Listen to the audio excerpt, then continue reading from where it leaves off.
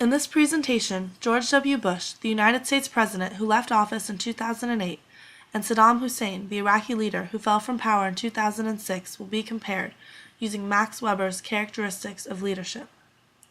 According to Weber, politicians may derive authority from three sources: tradition, the accustomed hierarchical authority of the leader's position; charisma, that authority derived from the leader's personal abilities to influence and sway others; and law, the rules set up by legal statute, followed in order to preserve the state regardless of the person or the leader. George W. Bush and Saddam Hussein have markedly different backgrounds.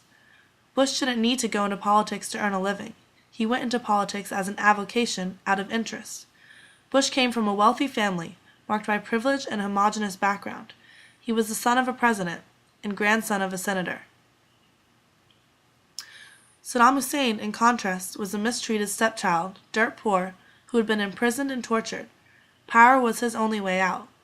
For Hussein, politics was a vocation and a way to survive.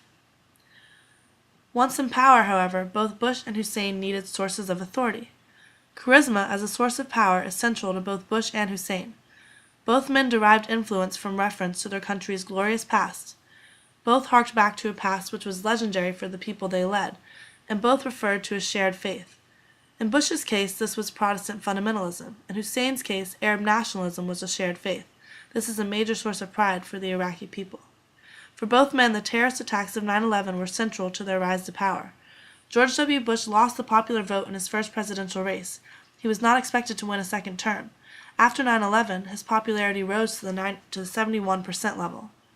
Bush skillfully used symbols such as flags, twin towers, and the Bible, and appealed to shared history and faith to reach out to troubled citizens. His speech after 9/11 and his reassuring presence in the days that followed are considered to be his greatest moments. Saddam Hussein also used 9/11. He used the United States invasion of Iraq to portray himself as a leader of Arab independence. Again, he skillfully used symbols such as flags, symbols of Islam, and the United States as evil, and shared history and faith to appeal to troubled citizens. His standing up to the United States was seen by fellow Arab leaders as his greatest moment.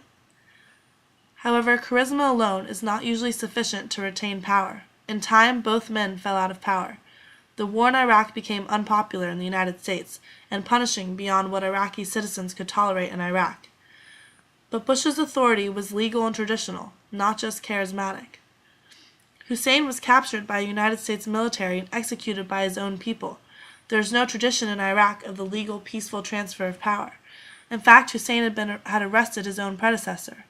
Law and tradition surround the transfer of power in the United States, so even with a popularity level of less than 20%, President Bush peacefully retired and his successor waited several months to take office.